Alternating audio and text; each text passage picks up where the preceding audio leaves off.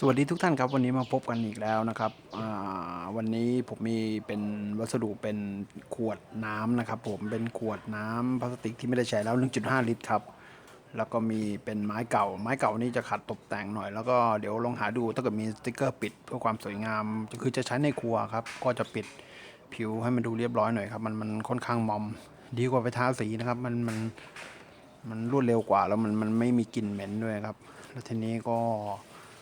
เป็นขวดก็จะตัดทำที่ใส่เป็นถุงพลาสติกหลายขนาดนะครับผมแล้วก็แยกประเภทการใช้งานไปครับโอเคครับติดตามชมครับ